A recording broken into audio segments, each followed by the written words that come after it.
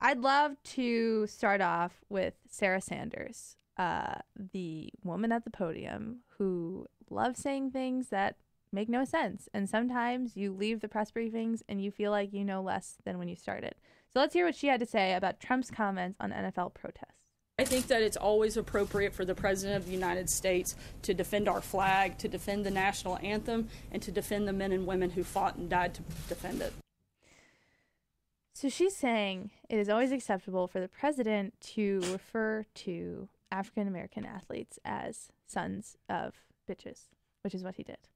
Yeah, I mean, this is like the false conflation that we're doing for the White House, right? So it's her job to double down on what the president's saying. You know, it would be something, extremely different if Sarah Sanders jumped up here and was like, Donald Trump's a liar, right? Like that would be really lit, though. So her job actually, being the press secretary, is to double down on the bad and racist rhetoric that Donald Trump is positing to the rest of America, this uplifting of white supremacy and, using it as a platform to embolden his base, right? Right. But to think that black men, both in the NBA and the NFL, who are kneeling for racial justice and the ending of a police state that is America, to have a false conflation to bring that with the flag is ludicrous, right? I think the one thing we saw from Jerry Jones, even though this was like a very dope PR spin from like a Texas billionaire who's still friends with Trump, is to show that even without the anthem, people still booed people doing this gesture. Why? Because this gesture is linked to blackness. This gesture is linked to, the othering of the American state. It's linked to everything that's not conservative or right-leaning or these Stormfront commentators, right? So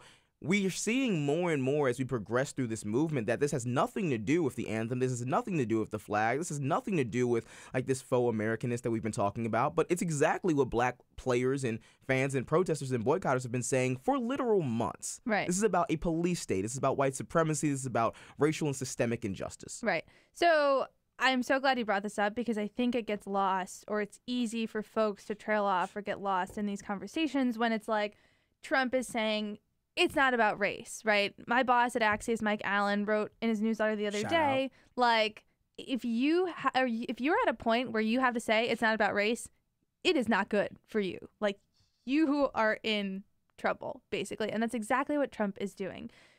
But it's easy for him and folks who share his ideas to say, like, yeah, this is about people being unpatriotic, right? People sort of rebuking the flag and patriotism and the American military, but they are ignoring what it's actually about.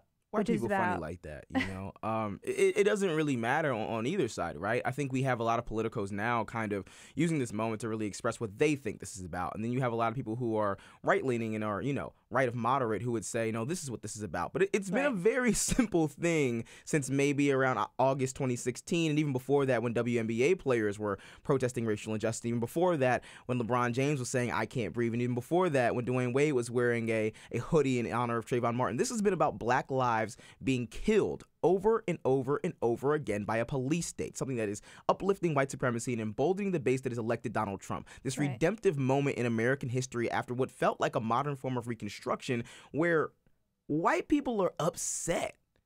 They're pushing this Caucasian ethno-state, and it's not the fact that black people have been protesting for the entire decade. It's more so the fact that they're afraid of what black people can do. They're afraid of the promise that black people, the progeny of slaves, are almost about to touch, and they feel as though they need to strike back. We've seen this all over American history when black politicos and legislation, is made for black people to actually advance, for any progressivism, right? Right. White folks strike back. We've seen it over and over and over again, and right now we're in the eye of that storm. Right. So, question for you. The players who are protesting are African American. Donald Trump is not, right? He's Shout out to him. Do you think that when talking about this issue and talking about what it is about, right? Like Donald Trump says it's not about race, it's about the flag, it's about... He's a liar. Right? We're saying it's about race, racial injustice, all these things. Yeah. Do you think that, and I'm just going to be blunt, like, do you think that white people have a place to say what this is or isn't about? Or do you think they shouldn't even be... I think there's one. Do you want to guess?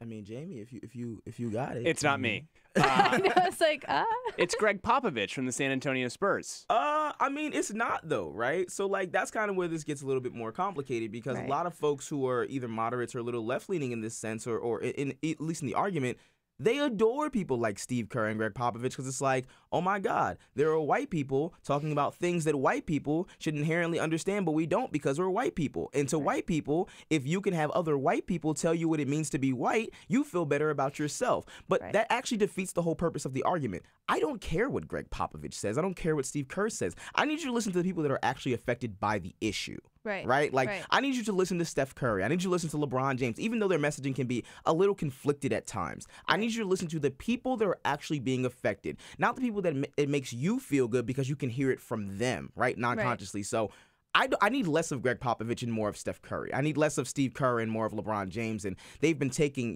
this route to do that. But if I could not hear from any white people about this issue of racial justice that they don't actually experience, I'm fine with that.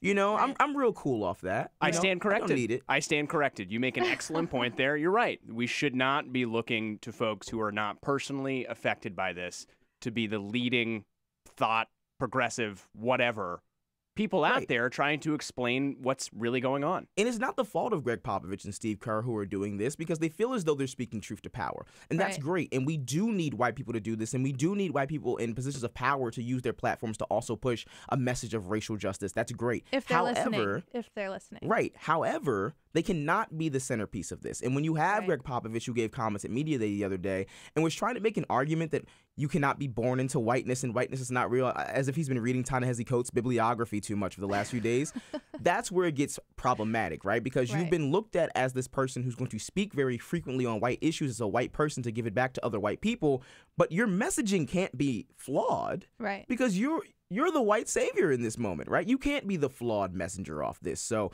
I need less of them and I need more of all the other black people who are actually going through this. Right. Potentially controversial question, but this will make for a good thing. Shout out to you. Could you make the argument that this is about patriotism? I mean, to white people it is, right? Like, if we keep talking about the flag and the anthem, I mean, I've never heard it. My anthem's March Madness. But if we keep talking about these types of things, like, of course, to them and to other conservative bases, like, this is 100% about patriotism. If you're black, if you're brown, if you're of oppressed groups, if you're not, white men in this country, this is jingoistic, right? This is xenophobic in a way. This is thinking that these black people aren't actually American because they're not monolithic. These black men who we assume are just basically indentured servants or slaves of the field who really don't make the money you think they do and don't play as long as you think they do, you think they should only do one thing. Right. And to well-meaning white folks, we posit it as a stick-to-sports era, and almost as if it's over because Trump has now positioned himself to think that, oh my God, more and more black athletes are talking about this. There was never a stick-to-sports era. There was never a moment in history where black folks were not seen as monolithic or animalistic or othered. There was this moment where we thought that if we put them on the field for our own entertainment, they'd be a little bit safer than we thought they were from the beginning of time. And that's a lie. All of this is a lie, right? Like, the realness of this situation is the fact that these black boys, these black women in jerseys and helmets on courts and fields, they care as much about their blackness 24/7 as you think they don't. Right. They care. They have feelings. They're people. I know often we forget that black folks are people, but they are people. And professional athletes, apparently. Shout out to them. Right. I was reading yesterday in the New York Times, they had this article about the sort of resolutions for all of these police-involved shootings against unarmed black men since 2014, and like what happened, right? Who was convicted, who wasn't, what were the settlements, what wasn't. And there was a line in there from a professor at Bowling Green State University who used to be a former police officer who now tracks police crime, and he said most police shootings are found to be legally justified, and like. We see that in the way that officers are not convicted, not charged, right? Get in or out of these settlements. And I thought that was just a really harrowing line for people to consider and pause on, right? Most police shootings are found to be legally justified.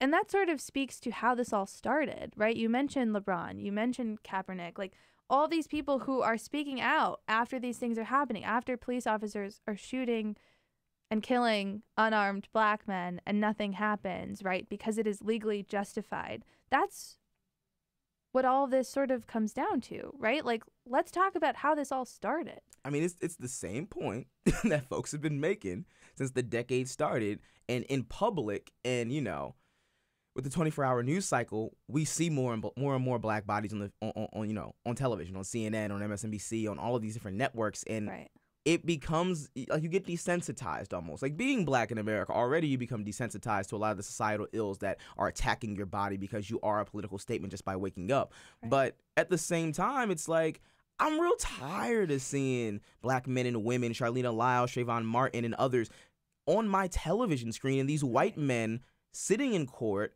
with no repercussions. These white women killing our boys and girls with no repercussions. And I don't think that it's enough just to be outraged that this is a thing that is happening. I think it is enough to be outraged to know that this is never going to end.